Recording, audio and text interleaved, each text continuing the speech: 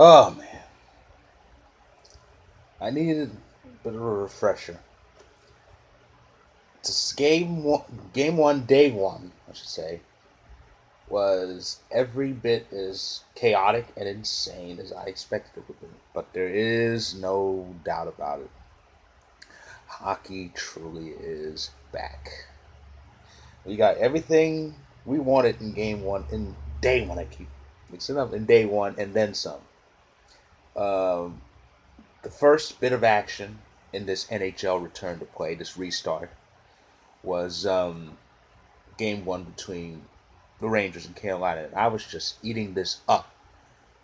I saw a goal, I saw a crazy dumb penalty, and I saw a fight, and about 3 minutes weren't even gone yet. Hockey truly is back. And it started with five opening games. These were all qualifying round games. The round robin doesn't start until tomorrow. And it was just crazy and eventful. The Rangers Carolina game was, well, it was close, though Carolina kind of dominated at first, but Rangers did make it interesting. They did actually pull Lundqvist late trying to tie it up, but nah, it just wasn't meant to be. So the Hurricanes ended up winning 3-2 and struck first in game one. Next up was Chicago and Edmonton, and that game. Now remember, I actually forgot to mention this regarding the locations.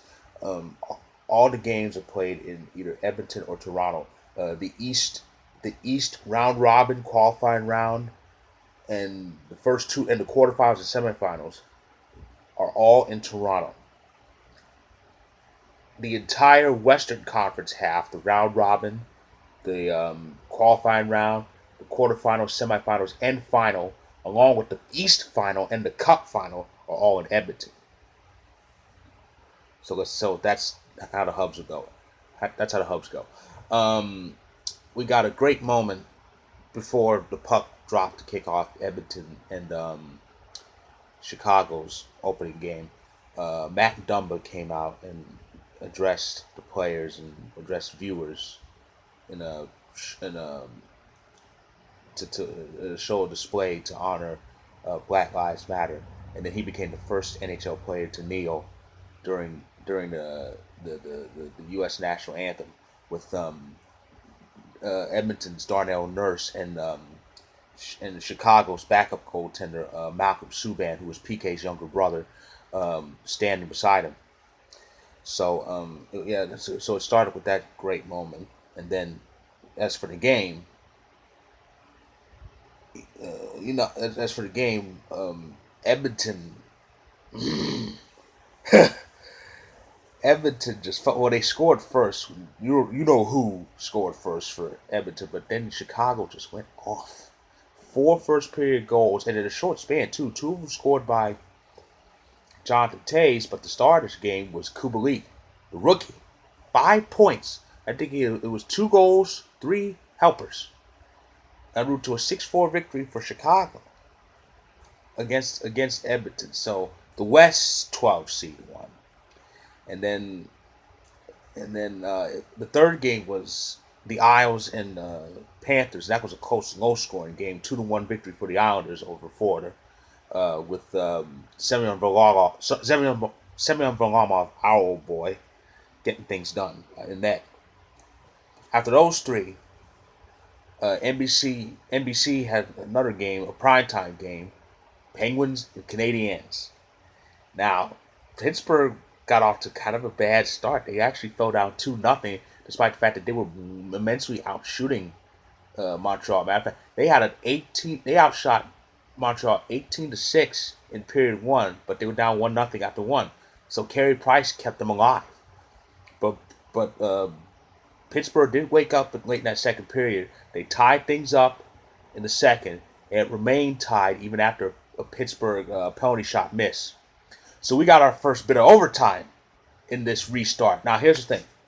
Now the first like 9 days, 10 days, It's the round robin and the qualifying rounds. Now, the round robin games are played under regular season rules. 3 periods. If it's still tied, a 5-minute overtime, then a shootout. So those are regular season rules for seeding. As for the qualifying rounds, those are playoff series, and they are treated as such. 3 periods. If it's tied, 20-minute overtime periods possible polarization. 5-on-5. Play till somebody scores. The classic playoff overtime. We got our first taste of that tonight. That overtime also saw another penalty shot. This time from Montreal. Now that one whiffed. It was Jonathan Drouin who had the shot. He whiffed on it, but they ended up winning anyway. Jeff Petrie put the puck in past Matt Murray at the 13:57 mark of overtime. So both 12 seeds won tonight. Now, again, this is part of what's great about hockey. Anybody can win. Anything can happen. Anybody can beat anybody. Upsets are inevitable. And we just saw Chicago and Montreal. Remember, that was the number one complaint regarding this format. Chicago and Montreal don't deserve to be there. They weren't good enough. They struggled. They sputtered. Yes, they did sputter, and they did struggle. But they are good teams, nonetheless. And they did prove that they belonged. Even if they, I'm not saying they are, but even if they end up getting eliminated, they did prove that they belonged up there in this modified playoff. And the final game of day one was the Jets Calgary series, and oh boy, the Jets could be in trouble. I had the Jets win this in 4, and to prove me right, they got to win the next 3. They lost Shifley. I don't think it's documented if he'll play game 2, but Shifley went out early. They did score first, but Calgary scored 4 more goals. It was Johnny Gaudreau who tied the game. Remember, Johnny didn't score a goal in last year's playoffs, but he put one in. He put one in game 1, so he's not wasting any time. So Calgary took down the kind of hampered Jets in game 1. So that's an eventful opening night. It was a great night. It was a great it was a day. It started early today, noon Eastern, 9 a.m. out here in the West Coast. It was pretty much a good opening day, reopening day, if you will. I did like the look. I did like that they used.